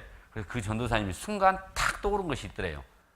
우리 할머니들, 우리 할아버지들이 가장 무서워하는 게 있어요. 제일 두려워하는 거. 그것이 딱 생각이 났더래요. 생각이 나서 할머니에게 그랬답니다. 할머니, 우리 할머니 연세에 가장 무서운 게 뭔지 아셔요? 죽음이요? 죽음보다 더 무서운 게 있어요. 죽음보다 더 무서운 게 있습니다. 치매예요, 치매. 그리고 나서 치매의 종류를 딱 설명해 줬대요. 요가하는 치매, 똥 바르는 치매, 계속 먹는 치매, 돌아다니는 치매, 치매의 종류를 쫙 설명해 줬더니 할머니 표정이 딱 바뀌더래요. 할머니, 어떤 사람이 치매 걸린지 아셔요? 아무 생각 없이, 할머니처럼 아무 생각 없이 사는 분이 치매 걸려요. 할머니처럼 난 몰라. 치매 금방 걸립니다. 할머니 그 치매 걸리고 싶어요? 그래도 이 할머니 갑자기 눈빛이 탁 변하대요. 아유, 안 돼. 치매 걸리면 안 돼. 말씀 잘 들으실랍니까? 나 잘 들어보려고. 가서 말씀 잘 들었대요. 다시 오셨대요. 인도에 있던 분이 다시 모시고 온 거예요. 아니, 할머니 완전히 바뀌었대요. 말씀도 재밌다 그러고 아주 초롱초롱 잘 듣는데요. 완전 180도 바뀌어서 온 거래요. 바뀌어서 왔어요, 할머니가. 그 치매 때문에. 아무 생각 없이 치매 걸린다고 그 말 한마디에. 내 마음도 마찬가지입니다. 내 마음도요, 감사하는 마음이 없으면 그냥 비어있는 상태가 아니라 무언가로 채워져 있어요. 구원받은 그리스도인이 주인님이 내 안에 채워져 있어야 되는데, 그렇지 못하면 구원받은 그리스도인이 성령이 내 안에 충만해야 되는데, 그렇지 못하면 세상 것으로 채워져 있죠. 내가 왜 신앙생활을 못합니까? 왜 교회인을 가도 말씀을 들어도 교제를 가도 기쁨이 없습니까? 내 안에 혹시 생각해 보셨습니까? 지금 성령 충만으로 되어 있는지, 아니면 온통 세상 것이 지금 내 안에 들어와 있는지, 둘 중에 하나예요. 내 마음은 무엇인가로 채워져 있습니다. 반드시. 지금 내 안에는 뭘로 채워져 있습니까? 주님으로 채워져 있습니까? 세상으로 채워져 있습니까? 온통 동벌 욕심으로 채워져 있습니까? 내 마음 안에 감사하는 마음이 없으면 그 마음 안에 무엇으로 채워져 있느냐? 불평, 불만, 시기, 질투, 다툼으로 채워져 있습니다. 감사하는 마음, 감사하는 삶을 살지 못한다. 그 말은 지금 내 마음 가운데 시기, 질투, 불평, 불만이 들어와 있다는 뜻입니다. 똑같은 상황에서 왜 어떤 분은, 어떤 형제자매는 감사하는 말을 하는데, 감사하는 표현을 하는데 내 마음에는 그런 마음이 안 올라오죠? 돌아서서 한번 기도해 보십시오. 내 마음에 혹시 불평, 불만이 들어와 있는가? 시기, 질투가 들어와 있는가? 그러면 반드시 다툼으로 이어집니다. 그러면 자칫 잘못하면 내 신앙을 망칠 수 있어요. 구원받은 그리스도인이 무슨 큰 죄를 지어서 이 무리에서 떨어져 나가는 거 아닙니다. 지금 우리 주위에 많은 사람들이 지금 스쳐 지나갔습니다. 지금 이 순간에도 얼마나 많은 사람들이, 많은 형제 자매님들이 지금 이 무리에서 떨어져서 지금 세상 가운데 있습니까? 그 떨어져 있는, 세상 가운데 있는 형제 자매님들의 원인을 한번 생각해 보십시오. 그분들이 무슨 큰 죄를 지었습니까? 사실 큰 죄를 짓고 이 무리 가운데서 떨어져 나가는 사람은 그렇게 많지 않습니다. 대부분, 대다수의 많은 형제 자매님들이 사소한 것에 넘어져 나가 있습니다. 그 사소한 것이 무엇이냐? 불평, 불만이에요. 원망입니다. 고린도전서 10장을 보시죠. 고린도전서 10장.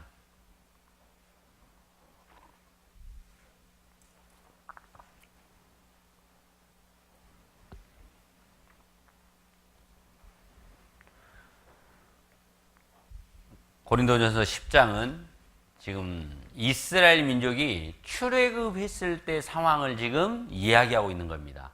출애굽했을 때 상황을 이야기하고 이 시대를 사는 우리들에게 지금 교훈을 받으라고 지금 이야기해 주는 겁니다. 10장 11절을 보시면 저희에게 당한 이런 일이 거울이 되고 또한 말세를 만난 우리의 경계로 기록하였느니라. 저희에게 당한 이런 일이, 지금 11절 이전에는 이 이스라엘 민족들이 출애굽했을 때 당한 일이 기록되어 있습니다. 이런 일들을 왜 사도 바울이 기록했느냐? 우리에게 거울이 되고 말세, 지금 사는 우리 시대에 사는 우리들에게 경계로 지금 기록하신 겁니다. 세 가지 사건이 나옵니다. 이스라엘 민족은 성인 기준으로 60만 명이 애굽에서 나왔습니다. 그런데 몇 명이 들어갔죠? 적과 꿀이 흐르는 땅에 몇 명이 들어갔습니까? 2명이 들어갔습니다. 여호수아와 갈렙밖에 못 들어갔습니다. 나머지 59만 9,998명은 광야에서 다 죽었습니다. 왜 죽었느냐? 그 원인을 세 가지 사건을 통해서 지금 사도 바울이 기록하고 계십니다. 우리가 그 내용을 보면 우리도 자칫 잘못하면 출애굽은 했지만 6월절 어린 양의 피로 애굽 땅에서 나오긴 했지만 홍해를 건너고 내가 이 무리 가운데 승인했지만은 자칫 잘못하면 나도 신앙에서 낙오자가 될 수 있구나. 그것을 지금 설명해 주는 것입니다. 세 가지 사건을 통해서 우리에게 교훈을 줍니다. 첫 번째 사건이 7절입니다. 6절을 읽어드리겠습니다. 그런 일은 우리의 거울이 되어 우리로 하여금 저희가 악을 즐겨한 것 같이 즐겨하는 자가 되지 않게 하려 함이니. 7절 저희 중에 어떤 이들과 같이 너희는 우상 숭배하는 자가 되지 말라. 기록된 바 백성이 앉아서 먹고 마시며 일어나서 뛰논다 함과 같으니라. 이스라엘 민족이 왜 망했습니까? 왜 광야에서 죽었습니까? 우상 숭배하다가 죽었습니다. 우상 숭배하다가. 그런데 우상 숭배하다가 3,000명이 죽었어요. 3,000명. 구원받은 그리스도인이 점집에 다니고 철학원 다니는 사람 별로 없습니다. 구원받은 그리스도인이 대놓고 구다는 사람도 없습니다. 우리가 구원받았는데 어떻게 우리가 우상 숭배를 합니까? 물론 하나님보다 더 사랑하는 것은 우상 숭배입니다. 그런데 구원받은 그리스도인은 이스라엘 민족이 했던 것처럼 이제 우리는 그런 우상을 숭배하지 않습니다. 우상 숭배하다 3,000명이 죽었습니다. 그리고요 8절에 저희 중에 어떤 이들이 간음하다가 하루에 23,000명이 죽었나니 우리는 저희와 같이 간음하지 말라. 간음하다가 23,000명이 죽었습니다. 후에 1,000명이 더 죽어서 24,000명이 죽었습니다. 3,000명이 우상 숭배하다가 24,000명이 간음하다가, 그러면 나머지 약 57만 명이 무엇 때문에 죽었느냐? 9절입니다. 저희 중에 어떤 이들이 주를 시험하다가 뱀에게 멸망하였나니 우리는 저희와 같이 시험하지 말자. 저희 중에 어떤 이들이 원망하다가 멸망시키는 자에게 멸망하였나니 너희는 저희와 같이 원망하지 말라. 대부분의 57만 명의 사람이 무엇으로 죽었느냐? 하나님을 시험하고 원망하다가 죽었습니다. 불평불만하다가 죽었습니다. 구원받은 그리스도인이 감사하는 마음이 없으면요, 마음 가운데 온통 불평불만만 올라오는 겁니다. 한번 내 마음을 돌이켜 보십시오. 한번 내 마음을 들여다 보십시오. 내 마음에는 구원은 받았다고 내가 간증을 하고, 내가 주님 없으면 살지 못한다라고 내가 간증을 하고 있지만은, 혹시 내 마음에 불평불만이 많은지, 내 마음에 감사하는 마음이 많은지 한번 생각을 해 보십시오. 내가 구원은 받았다고 하는데 내 마음에는 온통 불평불만이 있다. 그러면 돌이켜 생각해 보셔야 돼요. 그것은 마귀 사탄이 지금 내 마음을 빼앗으려고 지금 노려보고 있는 겁니다. 내 자신도 때로는 내가 모를 때가 많습니다. 하지만 나를 가장 잘 아신 분은 하나님이십니다. 하나님은 내 마음의 중심을 보고 계셔요. 하지만 우리가 잊어서는 안 될 존재가 있습니다. 사단 마귀도 나못지않게 나를 잘 알고 있습니다. 사단도 영적인 존재입니다. 사단도 지금 내 마음을 잘 알고 있습니다. 내가 신앙생활 하는데 내 약점이 무엇인지, 내가 무엇의 취약점을 가지고 있는지 지금 사단 마귀는 알고 있습니다. 어떤 사람은 재물일 수도 있고, 어떤 사람은 이성일 수도 있고, 어떤 사람은 일욕심일 수도 있고, 어떤 사람은 가족일 수도 있습니다. 그 약점을 다른 형제 자매들에게는 숨길 수 있지만 하나님 앞에서는 숨길 수 없습니다. 마귀 사탄은 그것을 지금 들여다보고 있습니다. 우리가 잘 알고 있는 예수님을 판 제자 가룟 유다입니다. 가룟 유다는 은 30에 예수님을 팔았습니다. 그 마음에 예수님을 팔 생각을 넣었다라고 요한복음 13장에 말하고 있습니다. 마귀가 가룟 유다의 마음에 예수를 팔 생각을 집어넣었다라고 이야기합니다. 오해하시면 안 돼요. 가룟 유다의 마음도 마귀가 잡았다고 하면 내 마음도 마귀가 잡을 수 있겠네? 아니요. 요한복음 12장에 보면 가룟 유다는 헌금통을 손댔습니다. 가룟 유다는 도적이라고 나옵니다. 가룟 유다는 총무일을 보면서 항상 돈에 관심이 있었어요. 돈 하다 보니까 돌아버린 겁니다. 그래서 헌금통을 손대버린 거예요. 헌금통을 손을 대니까 그것을 마귀 사탄이 안 보겠습니까? 오, 너 돈에 약하구나. 재물에 약하구나. 그래, 야, 은 30 준다더라. 팔아버려. 내 마음을 가장 잘 아는 것은 지금 사단 마귀입니다. 에베소서 4장 17절에 보면 이런 말씀이 있습니다. 16절에 분을 내어도 죄를 짓지 말며 해가 지도록 품지 말라고 되어 있습니다. 왜 해가 지도록 분을 품지 말라고 했습니까? 분을 가지고 있으면 그 마음을 누가 봐요? 17절에 마귀로 틈을 타지 못하게 하라고 하신 겁니다. 내 마음에 감사하는 마음이 있으면 마귀 사탄은 틈을 못 봅니다. 하지만 내 마음에 불평, 불만, 시기, 질투, 다툼이 있으면 그 마음을 마귀 사탄이 사로잡습니다. 사로잡아요. 지금 내 안에 용서하지 못한 마음이 있으면 버리셔야 돼요. 시기, 질투 버리셔야 됩니다. 분을 버리셔야 돼요. 그 마음을 오늘이 지나고 내일이 지나고 하면은 그것이 커집니다. 분이 커져요. 점점 이것이 확장돼 갑니다. 원망, 시기, 질투, 다툼은 확장돼 가요. 왜 이스라엘 민족이 출애굽했을 때 그 많은 사람이 원망, 불평하다가 죽었습니까? 그 속에는 우리가 잘 아는 것처럼 출애굽할 때 구원받지 못한 중단 잡족들이 섞여져 있었던 겁니다. 이스라엘 민족은 유월절 어린 양의 피로 임방설주에 양의 피를 발랐습니다. 그 피를 넘어갔습니다. 그리고 나서 출애굽을 했어요. 그리고 홍해를 건넜습니다. 그러니까 이스라엘 민족들은 전부 다 예수님의 십자가의 보혈로 구원을 받은 사람이에요. 그런데 그 안에 그 양의 피를 통과하지 못한 잡족들이 섞여 있었던 겁니다. 그 60만 안에. 그러니까 그 사람들이 불평불만을 한 겁니다. 하나님을 알지 못한 사람들이 불평불만을 한 겁니다. 그게 전염돼요.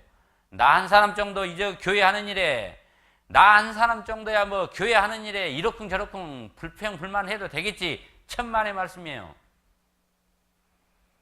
불평불만을 하는 사람들의 특징이 있습니다. 이 마음을 확장시키려고 하는 마음이 있어요. 나만 불평불만을 가진 것이 아니라 교회 하는 일에 나와 같은 세력을 만들려고 하는 그런 습성이 있습니다. 절대로 안 됩니다. 그러면 우리가 하나가 되지 못하면 절대로 우리는 복음을 전할 수는 없어요. 사단이 노리는 것은 우리가 하나 되는 것을 깨는 겁니다. 전도하는데 복음을 전하는데 가장 방해 요인은 우리가 하나가 되지 못하는 겁니다. 내 생각과 내 뜻과 내 마음으로는 이해가 안 되더라도 일단 교회에서 이렇게 하자고 결정이 되면 하나님께 맡기고 기도하고 따라가야 되는 것이 마땅합니다. 그래야 마귀 사탄이 틈을 못 봐요. 우리도 인간인데 우리도 사람인데 만물보다 거짓되고 심히 부패한 것이 지금 누구 마음이냐? 내 마음이에요. 구원받은 그리스도인 내 안에도 지금 그런 마음이 있습니다. 그리고 이 후포 지역에서 가장 죄를 많이 지은 죄인들이 모여있는 것이 우리 교회잖아요. 왜 사람들이 여기 안 옵니까? 자기들이 의인이라고 착각하니까 안 와요. 우리는 하나님 앞에 죄인이라는 것을 고백하고 지금 이 자리에 앉아 있습니다. 그러니까 우리는 사는 모습도 다르고 생각도 다르고 우리는 성격도 다 다릅니다. 그런데 우리는 주님 한 분으로 지금 우리가 하나가 되잖아요. 우리가 하나가 돼야 감사하는 마음도 넘칩니다. 그래야 우리를 통해서 놀라운 역사가 일어났는데 사단 마귀는 그걸 지금 해방하고 있어요. 틈을 보고 있습니다. 나 하나쯤이야? 아니요. 나 하나쯤이 둘이 됩니다.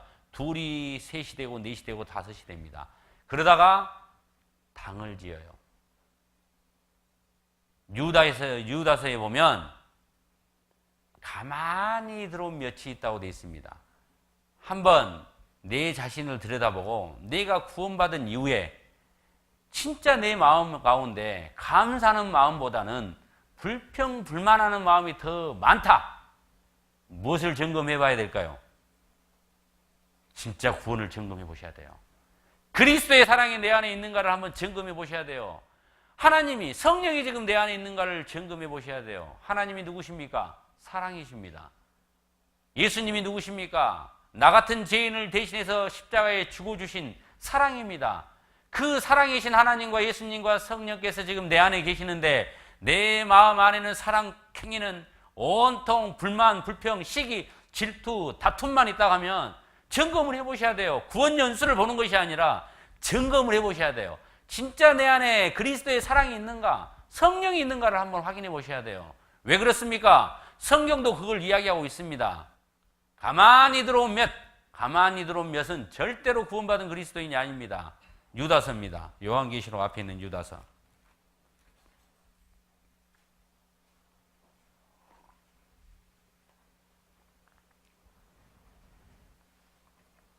요한계시록 앞에 있는 유다서 397페이지. 제가 3절을 읽어드리겠습니다. 3절. 사랑하는 자들아, 내가 우리의 일반으로 얻은 구원을 들어 너희에게 편지하려는 뜻이 간절하던 차에 성도에게 단번에 주신 믿음의 도를 위하여 힘써 싸우라는 편지로 너희를 권하여야 할 필요를 느꼈노니. 4절입니다. 이는 가만히 들어온 몇 사람이 있습니다. 저희는 예적부터 이 판결을 받기로 미리 기록된 자니 경건치 아니하여 우리 하나님의 은혜를 도리어 세격거리로 바꾸고 홀로 하나이신 주제 곧 우리 주 예수 그리스도를 부인하는 자니. 자, 가만히 들어온 이 사람들은 우리가 받은 하나님의 은혜를 세격거리로 바꾸는 것입니다. 그리고 예수님을 부인하는 것입니다. 이 사람들의 특징이 무엇이냐? 16절을 보시죠. 16절. 이 사람들은 원망하는 자며 불만을 토하는 자며 그 정욕대로 행하는 자라. 그 입으로 자랑하는 말을 내며 이를 위하여 아첨하느니라. 가만히 들어온 이 사람들은 하나님의 은혜를 세격거리로 만들고 예수님을 부인하는 자들입니다. 구원받지 못한 사람들이에요. 그런데 이 사람들의 특징이 뭐냐? 원망하며 불만하며 정욕대로 행하고 그 입으로는 자랑 또 아첨. 자기가 조그마한 일을 하고는 얼마나 자랑을 막 하는지 모릅니다. 남들이 하는 일은 다 낮추고 자기가 조그마한 일을 하면 그냥 크게 확대하는 겁니다.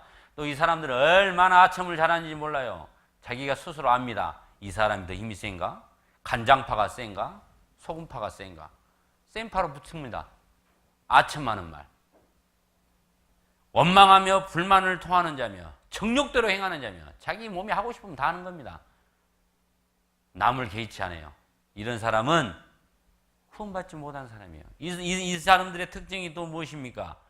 19절. 이 사람들은 당을 짓는 자며 육에 속한 자며 성령은 없는 자라. 당을 짓는 자입니다. 이 사람들의 특징은 당을 지어요. 꼭 편을 만듭니다. 내 편, 네 편. 편을 갈라요. 안 됩니다. 이것은 마귀 사탄이 좋아하는 일입니다. 우리가 하나 되는 것을 마귀 사탄은 어떻게든지 지금 깨려고 하고 있습니다. 내 안에 혹시 불평, 불만이 많습니까? 구원 점검을 하셔야 돼요.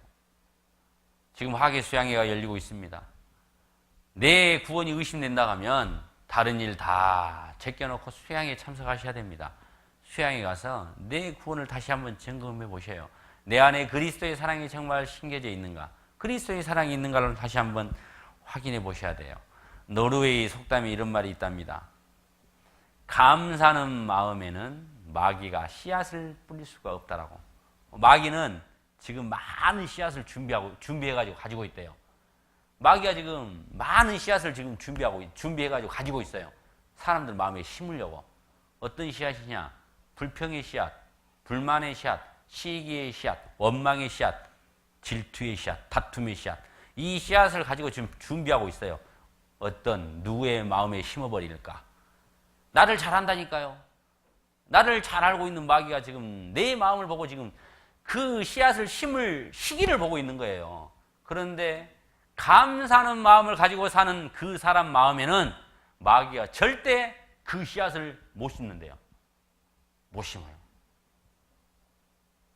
구원받은 그리스도인들은 주님께서 하신 말씀처럼 범사에 감사하라. 감사하는 마음을 가지고 사셔야 돼요. 그렇지 않으면 자칫 잘못하면 아무것도 아닌 사소한 것 가지고 내 신앙을 망칠 수가 있습니다. 범사에 감사하라. 그 범사는 모든 일입니다. 그 모든 일, 내가 대체 무엇에 감사해야 되는가? 그 범사를 가장 잘 풀이해 놓은 성경이 시편 136편이에요. 시편 136편. 시편 136편에 찾아보시면 이제 시간이 없으니까 집에 가서 읽어보세요. 거기에 보면 첫 번째, 여호와 하나님께 감사라고 되어 있습니다. 하나님만으로 감사하는 거예요. 두 번째, 나를 창조하신 창조주 하나님께 감사라고 되어 있어요. 이 우주 만물을 창조하신 분이 누굽니까? 하나님이시잖아요. 창조주 하나님께 감사라고 되어 있습니다. 나는 교회를 다니지 않았을 때 하나님의 존재는 믿었습니다. 왜요? 내 안에도 영혼이 있으니까 누군가는 계시겠다는 생각을 했습니다. 그런데 성경 말씀에 태초에 하나님이 천지를 창조하시니라, 내가 막연하게 생각했던 하나님이 창조주더라고요. 그 하나님께 감사라고 되어 있습니다. 하늘과 땅을 지으신 하나님께 감사라고, 해와 달과 별을 지으신 하나님께 감사라고. 무엇보다도 제일 감사해야 될 것은 나를 만드신 하나님께 감사하셔야 됩니다. 내가 하나님이 아니었으면 내가 지금 이 땅에 왜 있습니까? 내가 이 자리에 어떻게 앉아 있습니까? 나를 이 땅에 있게 해주고 이 자리에 앉아 있게 해준 그 하나님께 감사라고 되어 있습니다. 나를 창조하신 하나님께 감사라고 되어 있습니다. 하나님이 우리를 얼마나 정교하게 만들었습니까? 우리 몸을 얼마나 정교하게 만들었습니까? 사람마다 다 지문이 있습니다. 이 지문을 왜 만들었을 것 같습니까? 지문이 없으면 컵을 들 수가 없어요. 지문이 없다고 하면 컵을 못 듭니다. 그리고 땀샘에서 적당한 땀이 나오기 때문에 이게 착 밀착해서 들 수 있는 겁니다. 발에도 지문이 있다는 거 아십니까? 발에도 지문이 없으면 아마 미끄러질 겁니다. 양발을 신을 수가 없을 거예요. 그리고 46초 만에 내 몸 안에 있는 피가 한 바퀴를 돕니다. 한 바퀴 도는데 46초밖에 안 걸려요. 그것을 실감을 했어요. 어떻게 실감을 했냐? 제 아들이 손목 인대 수술을 하고 병원에 있으면서 닌겔을 탁 맞고 있는데, 닌겔에 이제 항생제를 넣어준대요.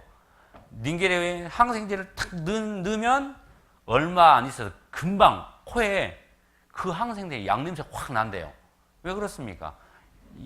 팔에다 넣었던 그 약이 몸 한 바퀴 돌고 코로 온 거예요. 그런데 금방 오던데요. 그 금방이 46초예요. 얼마나 하나님의 솜씨가 대단합니까? 나를 창조하신 하나님께 감사라는 겁니다. 또 무엇에 감사해야 됩니까? 나를 구원하신 하나님께 감사라고 되어 있습니다. 나를 구원하신. 출애굽의 사건을 예를 들어서 설명하고 있습니다. 애굽 땅의 그 세상, 악한 세상, 죄악된 세상에서 이스라엘 민족 모세를 통해서 출애굽시켜준 그 하나님께 감사라고 되어 있습니다. 나는 이 세상 가운데서 내 뜻대로 내 마음대로 내 잘난 맛에 살다가 하나님을 알지 못했으면 영원한 지옥 형벌을 받아 마땅했습니다. 그런데 예수님의 십자가의 피로 내가 구원을 받았습니다. 얼마나 감사할 일입니까? 애굽 땅에서 출애굽시켜준 그 하나님께 감사라고 되어 있습니다. 그리고 어떤 하나님께 감사라고 되어 있습니까? 광야의 길을 건너게 하신, 광야의 길을 가게 하신 하나님께 감사라고 되어 있습니다. 다른 것은 다 이해가 되는데, 아니 우리가 모르긴 몰라도 광야가 얼마나 힘들고 어렵고 힘든 곳이라는 건 아는데, 광야는 먹을 것도 없습니다. 물도 없습니다. 광야는 낮에는 덥고 저녁에는 춥습니다. 그런데 그 광야를 지나가게 하신 하나님께 감사라니요. 그게 무슨 감사할 거리입니까? 원망과 불평, 불만할 일이지. 그러다 이스라엘 민족이 죽었다니까요, 다.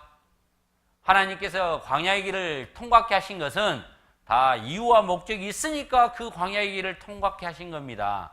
신명기 8장입니다. 신명기 8장. 구약성경 273페이지입니다. 구약성경 273페이지.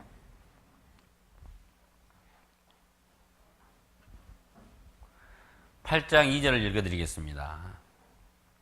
내 하나님 여호와께서 이 40년 동안에 너로 광야의 길을 걷게 하신 것을 기억하라. 이는 너를 낮추시며 너를 시험하사 내 마음이 어떠한지 그 명령을 지키는지 아니 지키는지 알려 하심이라. 하나님께서 왜 나에게 광야의 길을 통과케 하십니까? 그 이유는 두 가지라고 설명되어 있습니다. 나를 낮추시며 내 마음이 어떠한지를 알게 하려고 광야의 길을 통과케 하십니다. 이스라엘 민족은 애굽에서 그 못 볼 것을 다 보고 누리고 살았습니다. 그 마음을 가지고는 하나님이 주신 적과 꿀이 흐르는 땅에 들어갈 수가 없습니다. 그래서 그 마음, 높아져 있는 마음을 낮추게 하기 위해서 일부러 하나님께서 40년 광야의 길을 허락하신 겁니다. 하나님께서 왜 광야의 길을 가게 하셨느냐? 출애굽에서 이스라엘 땅, 가나안 땅까지 가는데 11일이면 직선거리로 11일이면 갑니다. 하지만 40년 걸렸어요. 왜? 높아져 있는 마음을 낮추기 위해서. 우리는 높아져 있는 상태에서 세상 가운데 살아왔습니다. 그런데 예수님의 십자가의 보혈 앞에서, 십자가 앞에서 내 자신을 낮췄기 때문에 우리는 구원을 받았습니다. 그런데 우리가 그 십자가 앞에서 낮췄던 그 마음이 주님 앞에 갈 때까지 그대로 가면 얼마나 좋겠습니까? 그런데 우리 마음은 어떠하죠? 제가 막 구원받았을 때 형제 자매님들이 다 천사같이 보이더라고요. 다 천사 같았어요. 이야, 이런 놀라운 것을 깨닫고 있다니. 다 천사같이 보이더라고요. 그런데요, 1년이 지나고 2년이 지나고 3년이 지나고 한 5년 지나니까 다 보여. 이제 5년 지나니까 다 보여. 물어봅시다. 내가 보인다는 것은 그 형제자매의 좋은 점, 장점이 보인다는 겁니까? 단점이 보인다는 겁니까? 단점이 보이는 겁니다. 착각하시면 안 됩니다. 그 자매님, 그 형제 성격, 안 좋은 성격, 우리말로 더러운 성격이 5년 전이나 지금이나 똑같았어요. 그런데 왜 5년 전에는 천사였고 지금은 보이죠? 5년 전에는 내 마음이 낮아져 있었고 지금은 내 마음이 높아져 있는 겁니다. 왜 하나님께서 지금 나에게 광야의 길을 허락하셨습니까? 지금 높아져 있는 내 마음을 낮추라고. 하나님은 이스라엘 민족을 광야의 길을 통과케 하신 것처럼 지금 모든 형제 자매님들에게 나만에 맞는 광야의 길이 있습니다. 나만 걷고 있는 길이 있습니다. 그 길은 하나님께서 나에게 제일 잘 맞는 길을 지금 허락하신 거예요. 옆사람 길 쳐다보지 마세요. 옆사람 길은 달라요. 옆사람 길은 때로는 어떤 사람은 탄탄대로 고속도로를 달리고 있는 사람도 있을 수도 있어요. 그 사람은 고속도로를 달릴만 하니까 고속도로를 허락하신 거예요. 어떤 분은 국도입니다. 어떤 분은 비포장도로예요. 나는 자갈길을 지금 가고 있어요. 하나님께서 지금 나에게 자갈길이 제일 맞으니까 지금 자갈길을 허락하신 겁니다. 어떤 사람이 감사한 마음으로 살 수 있느냐? 지금 주어지는 환경에 지족하는 마음. 하나님이 이 모든 것을 나에게 주셨다는 마음을 가지고 사는 분이 감사하는 마음을 삽니다. 그 사람이 그 자갈길을 금방 통과하는 거예요. 모든 사람은 자기에게 맞는 광야의 길이 있습니다. 불평불만을 하면 할수록 광야의 길, 자갈길은 길어집니다. 아이고, 저 자매, 저 형제는 저렇게 좋은 길을 가는데 왜 나에게만 이런 힘든 길을? 저 자매, 저 형제는 그냥 직장 승진도 잘 되고 직장도 좋은 데 다니고 남편도 신랑도 성격 좋고 그냥 자매도 성격 좋고 자식들은 공부만 했다 가면 그냥 좋은 대학 가고 장학금 받고. 그런데 우리 남편을 쳐다보니 올라오고 내 자식들을 쳐다보니 천불이고. 그것은 하나님께서 나에게 허락하신 겁니다. 목사님 보니까 이남 일녀시대요. 이남 일녀. 어찌나 제가 부럽던지. 제가 보기 너무 부러워요. 저는 아들만 3명입니다. 아들만 3명. 근데 제가 생각해 봤어요. 구원받고 나서. 왜 하나님 나에게 아들을 셋 줬을까? 예. 맞으니까 아들 셋을 준 겁니다. 만약에 제가 딸이 1명 있었으면 저는 딸 바보 아빠가 됐을 것 같아요. 저희 형제가 5남 3녀입니다. 저희 처갓집은요 5남 1녀 막내 외동딸이에요. 양쪽 집안이 아들 천지예요. 아들 천지. 낳다 하면 아들이에요. 그러니까 저희 집안에도 저희 어머님이 별로 아들도 안 좋아하시더라고. 딸은 귀해요. 그런데 첫애부터 딸 낳으려고 무지 노력했습니다. 구원받기 전이니까. 나는 얘를 우리가 만든 줄 알고. 그것도 여름에 안 낳으려고 했어요. 더우니까. 첫애를 아들 8월 달에 낳습니다. 둘째는 우리 실패하지 말자.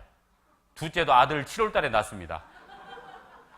셋째는 포기했어요. 왜? 또 낳으면 아들이니까.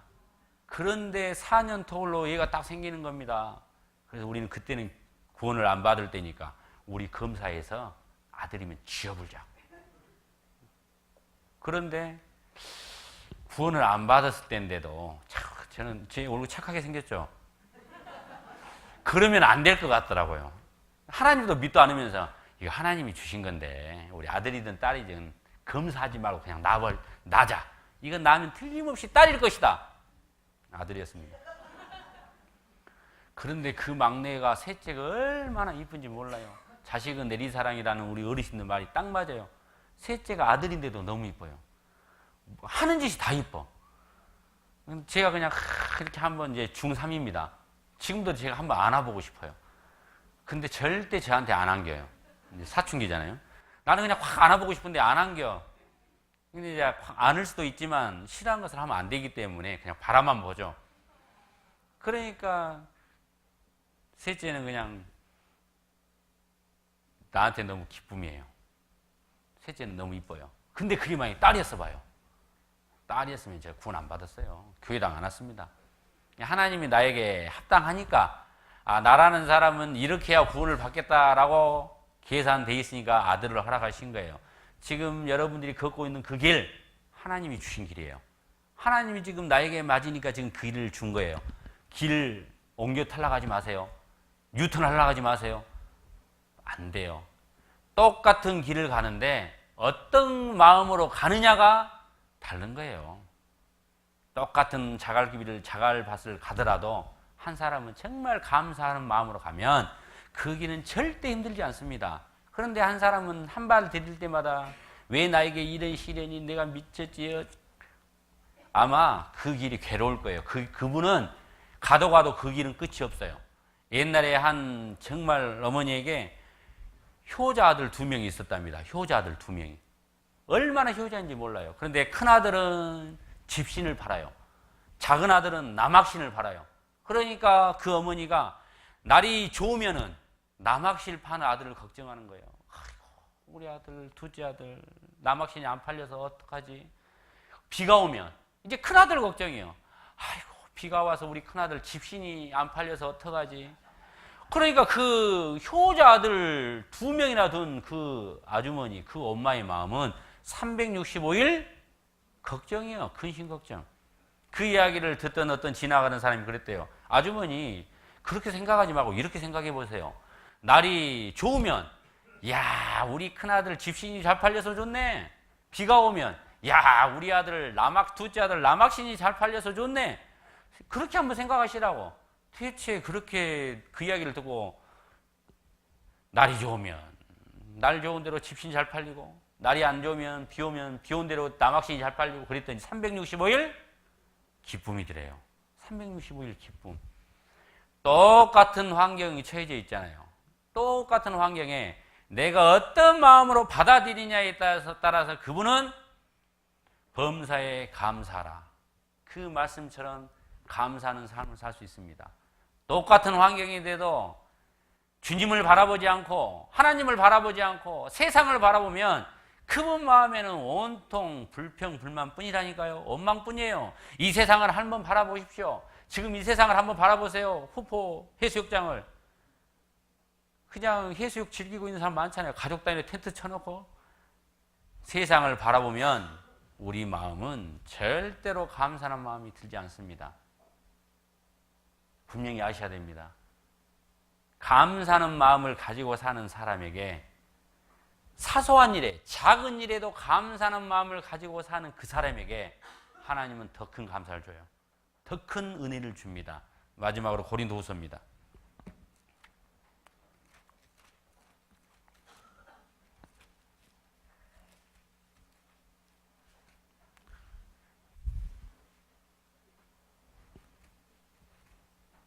고린도후서 4장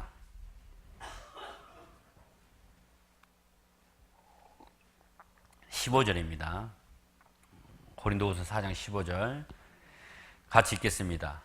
모든 것을 너희를 위하여 하는 것은 은혜가 많은 사람의 감사함으로 말미암아 더하여 넘쳐서 하나님께 영광을 돌리게 하려 함이라. 모든 것을 너희를 위하여 하는 것은 은혜가 많은 사람의 감사함으로 말미암아 더하여 넘쳐서 하나님께 영광을 돌리게 하려 함이라.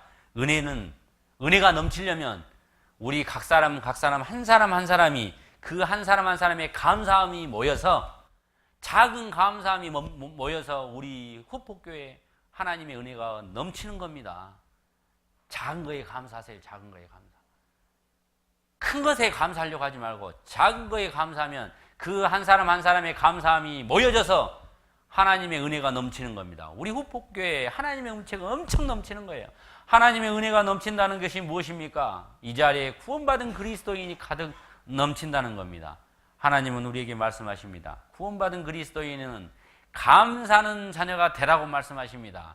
범사에 감사라고 말씀하십니다. 우리 후폭교회 형제자매님들, 비록 내 환경, 내 형편은 넉넉치 못하지만, 내가 가는 길은 비록 차갈 길이지만은 환경을 보지 마십시오. 내 안에 계신 주님을 보십시오. 주님이 나를 위해서 예비하신 천국의 소망을 바라보십시오. 그럴 때 내 입에서는 감사가 넘칠 겁니다. 그럴 때 우리 후폭교회 하나님의 크신 은혜가 넘칠 겁니다. 기도하시겠습니다. 사랑이 많으신 하나님 아버지, 감사합니다. 우리를 구원시켜 주시고 이 땅 가운데 고아와 같이 버려두지 않고 세상 끝날까지 저희와 함께 하시며 지켜주심에 감사합니다. 지금 전해지고 있는 중고등부 수양일을 비롯해서 이어지는 3차, 4차, 5차 주님께서 함께 해주셔서 더욱 구원받는 영혼들이 넘치도록, 이로 인해서 하나님께 영광 돌리는 귀한 수양회가 될 수 있도록 도와주시고, 우리 후폭교회 형제 자매님들 더욱 하나가 돼서 복음 전하는 일에 더욱 열심을 내는 우리 형제 자매님들이 될 수 있도록 도와주시옵소서. 항상 저희를 사랑하시는 예수님 이름으로 감사하며 기도드렸습니다. 아멘.